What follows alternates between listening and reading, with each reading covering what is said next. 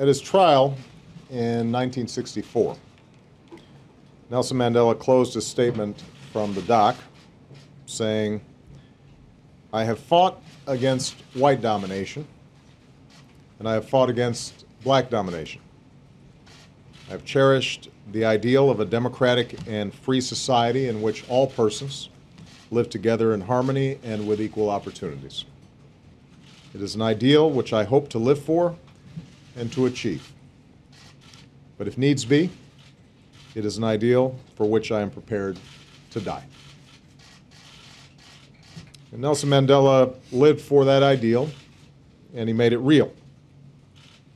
He achieved more than could be expected of any man. And today he has gone home.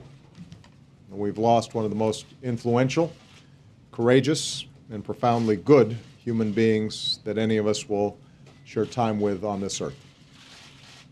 He no longer belongs to us. He belongs to the ages. Through his fierce dignity and unbending will to sacrifice his own freedom for the freedom of others, Madiba transformed South Africa and moved all of us. His journey from a prisoner to a president embodied the promise that human beings and countries can change for the better.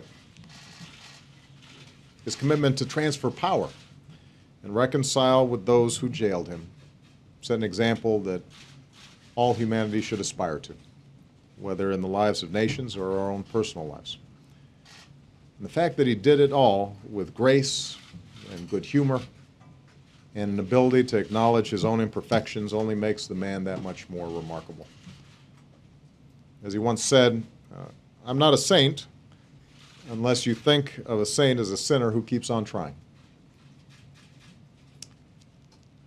I am one of the countless millions who drew inspiration from Nelson Mandela's life. My very first political action, the first thing I ever did that involved an issue or a policy or politics, was a protest against apartheid. I would study his words and his writings. The day he was released from prison gave me a sense of what human beings can do when they're guided by their hopes and not by their fears. And like so many around the globe, I cannot fully imagine my own life without the example that Nelson Mandela set. And so long as I live, I will do what I can to learn from him. To Gracia Machel and his family, Michelle and I extend our deepest sympathy and gratitude for sharing this extraordinary man with us.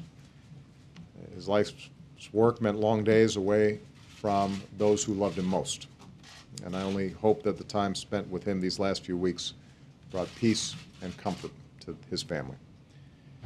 To the people of South Africa, we draw strength from the example of renewal and reconciliation and resilience that you made real. A free South Africa at peace with itself. That's an example to the world. And that's Madiba's legacy to the nation that he loved.